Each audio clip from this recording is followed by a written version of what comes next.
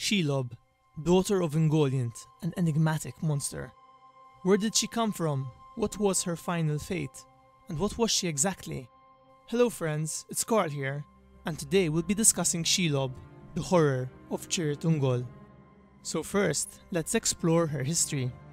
Now Shelob's mother was Ungoliant, an ancient being of tremendous power, and it's believed that Ungoliant had originated from the Void, a dark empty space that surrounded the world of Arda. Now I've covered most of her history in another video which I'll link above, and later on I'll also be discussing some similarities that Ungoliant and Shelob share. However, for this part, I'll just be talking about her relevant history that ties in with that of Shelob. Now Ungoliant had taken the form of a spider, and she fled to Ered Gorgoroth, a mountain chain in the northern part of Beleriand. Here she mated with other spiders, and Shelob was one of her children. Ered Gorgoroth became their domain, and they were known as the Mountains of Terror, that no mortal dared pass through, save the hero, Beren. These mountains wouldn't be their home for long though, cause the Valar, angelic-like beings of Arda, chose to attack Morgoth, the first Dark Lord of Middle-earth, to free it from his clutches. They were victorious, though the battle that ensued was so tremendous that the continent of Beleriand sank beneath the sea, and Ered Gorgoroth sank with it. This battle was known as the War of Rat, and with it, the first age of Middle-earth ended. Now when Shelob is described in Mordor, we're told how Shelob came there, flying from ruin, no tale tells, for out of the dark years, few tales have come. Now we're never told that this ruin was the War of Rat. However, I believe that it was. There's another quote which says, "But still she was there, who was there before Sauron, and before the first stone of Barad-dûr." This tells us that she was in Mordor before Sauron had ever set foot there, and therefore she had made it her home before the year 1000 of the Second Age. And again, this encourages the idea that the War of Rat was the catalytic event that caused Shelob to lose her home and settle in Mordor, cause between this event and the year 1000 of the Second Age, Middle-earth was experiencing a time of relative peace. This in turn would indicate that she was born during the first age of Middle-earth, which would make her at least around 6500 years old during the events of the Lord of the Rings, and so she must have been one of the oldest beings alive during this period. Now during her time in Mordor, we're told that she feasted on elves and men, and slowly she grew larger and larger. Now with time, and probably Sauron's arrival to Mordor, this supply of elves and men diminished, and instead she had to settle for orcs. And yet Sauron was okay with this, as he knew about her existence and it pleased him. We're told that she was a more sure watch upon that ancient pass into his lands than any he could have devised. And orcs, they were useful slaves, but he had them in plenty. If now and again Shelob caught them to stay her appetite, she was welcome. He could spare them. And sometimes, as a man may cast a dainty to his cat he calls her, but she owns him not, Sauron would send her prisoners that he had no better uses for. When Gollum was interrogated in Mordor and then set free, he stumbled upon Shelob in her caves. We're told he worshipped her, for the darkness of her will soothed his regret and weariness. And later on in the books, Shagrat, an orc, says the following about Gollum. "He's been here before, came out of Lugbers the first time, years ago, and we had a word from high up to let him pass. He's been up the stairs once or twice since then, but we've left him alone. Seems to have some understanding with her ladyship. I suppose he's no good to eat." This seems to tell us that Gollum had entered Shelob's cave before, but since he was so skinny and bony, she spared him. In return, we're told, and he had promised to bring her food. Now considering that the orcs say that Gollum seems to have been to her lair on several occasions, one can't say for certain whether Sam and Frodo were the first sacrifices he offers to her, or if there were others before them. After setting up her lair in Mordor, Shelob must have mated with other spiders, as we're told that her offspring spread to Mirkwood, Dol Guldur, and Ethel Duat. During the events of The Lord of the Rings, Gollum leads Frodo and Sam into her lair, where she ends up incapacitating Frodo, though her victory is short-lived, as Sam then stabs her with the blade Sting, and he blinds her with the Phial of Galadriel.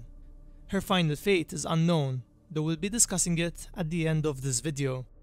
And now for the interesting part. Let's discuss her physical aspect, characteristics, power, and capability. While answering these questions, I'll be comparing them to some of Ungoliant's traits, since they have a lot of similarities, which doesn't come as much of a surprise considering Ungoliant is her mother. Now, as we mentioned, her mother was a primordial being who took the form of a spider. Shelob is described as most like a spider she was, but huger than the great hunting beasts, and more terrible than they because of the evil purpose in her remorseless eyes. Great horns she had, and behind her short stalk-like neck was her huge swollen body, a vast bloated bag, swaying and sagging beneath her legs. Its great bulk was black, blotched with livid marks, but the belly underneath was pale and luminous and gave forth a stench.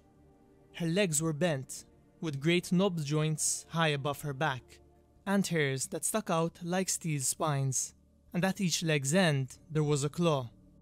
Now it's evident that she has many spider-like features, but what really strikes me is the first few words, most like a spider, but not necessarily one.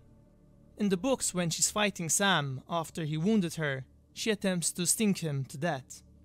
And spiders don't have stings. Considering this, I feel that she might have taken her own form of horror, one that resembles a spider-like being, sharing many traits with them, but still not exactly one. There's been the recent controversy in the Shadow of War games, where Shelob was shown to be able to shapeshift into a human form.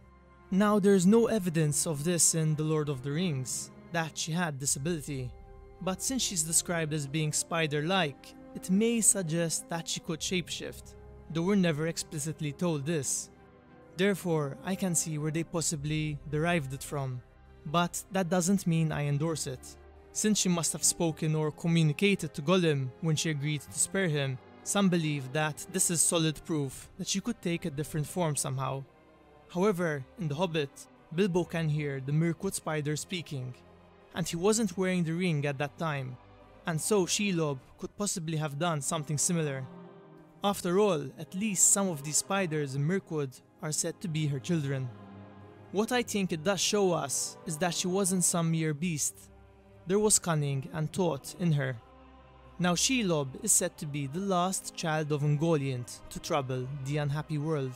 Some may interpret last to mean the youngest, but I think it means that she was the last direct daughter of Ungoliant alive, making her a lot more unique in prestige and power.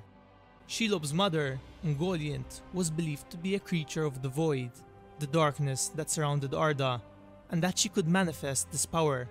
We're told a cloak of darkness she wove about them when Melkor and Ungoliant set forth, an unlight in which things seemed to be no more, and which eyes could not pierce, for it was void. We're also told that her darkness covered them, and that it was a darkness beyond dark. Another interesting quote is, "But the darkness that followed was more than loss of light. In that hour was made a darkness that seemed not lack, but a thing with being of its own. For it was indeed made by malice out of light, and it had power to pierce the eye, and to enter heart and mind, and strangle the very will." What I'd like to point out from all this information is that Ungoliant's darkness seems to be its own substance, not merely the absence of light, and it also causes the Noldor to flee, save for Finwë, their king, who is then slain by Morgoth. Now let's compare this to some quotes about Shelob and her lair.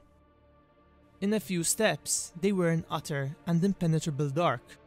Not since the lightless passages of Moria had Frodo and Sam known such darkness, and if possible, here it was darker and denser. They walked as it were in a black vapor wrought of veritable darkness itself, that, as it was breathed, brought blindness not only to the eyes but to the mind, so that even the memory of colors and of forms and of any light faded out of thought. Night always had been, and always would be, and night was all. But after a time, their senses became duller. Both touch and hearing seemed to grow numb. Now again, the darkness here seems to be an unnatural sort, eerily similar to that of her mother.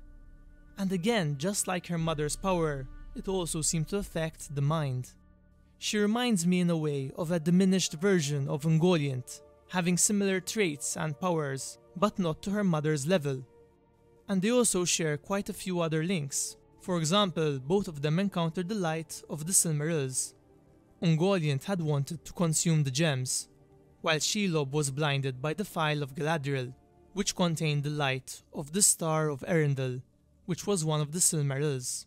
There's also the link between Ungoliant and Morgoth, and that of Shelob and Sauron, that both of these duos worked together, whether unintentionally or not. And there is the parallel between Ungoliant and her daughter Shelob, and that of Morgoth, the first Dark Lord, and his second in command, Sauron, the second Dark Lord. I'm pointing these out as Tolkien used to use parallels often in his works, along with the theme of diminishment with time, and so I thought it's worth talking about them. There's also another parallel between Shelob and Ungoliant, that of gluttony. On Shelob we're told, who only desired death for all others, mind and body, and for herself a glut of life, alone, swollen till the mountains could no longer hold her up, and the darkness could not contain her. It sounds similar to the following about Ungoliant. Ungoliant belched forth black vapors as she drank, and swelled to a shape so vast and hideous that Melkor was afraid. Let's not forget that Ungoliant's gluttony made her want to consume the Silmarils, and it's also implied that she might have perished due to gluttony also, as in her hunger she ended up eating herself. Anyway, in Shelob's lair, her webs are described as being webs of horror, and Sam's blade was unable to cut through them, yet Sting, the elven blade, manages to cut through them with ease. Frodo mentions that perhaps it was because Sting was most likely forged in Gondolin, an elven realm of Beleriand, which was in close proximity to Ered Gorgoroth, where the spiders lived. Perhaps this in turn made her weaker to it, for when she faces Sam, Sting deals two serious wounds to her. Firstly, Sam stabs her in one of her two groups of eyes, causing her to go blind in it, and later he stabs her through the abdomen, a wound so serious that it causes her to flee, dragging herself to a dark hole in her anguish. Before she could fully retreat, Sam dealt one final blow to her, though it was no blade strike. Instead, the Phial of Galadriel, fueled by his spirit and will, blazed with such a potent light that it caused Shelob incredible pain in her wounded eye, which somehow spread to her other eye, rendering her totally blind. Once Sam goes off to save Frodo from the orcs of Cirith Ungol, he puts on the ring, which enhances his hearing. We're told that he hears, and down away, under the rock, the bubbling misery of Shelob, groping, lost in some blind passage.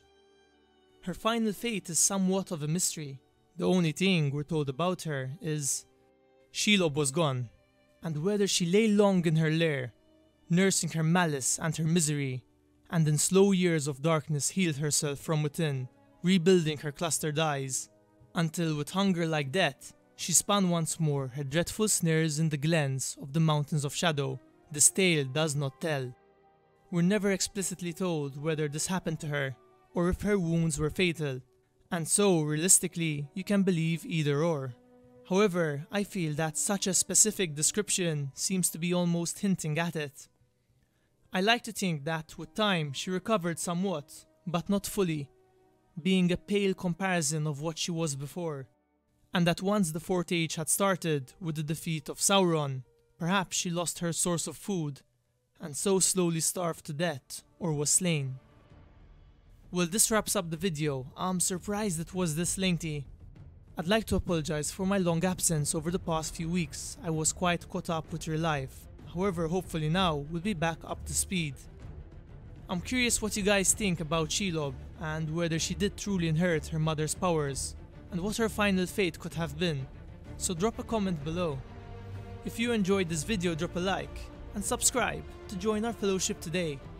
I hope to see you all in my next video, where together we can once again explore the wonderful world and lore of Middle-earth.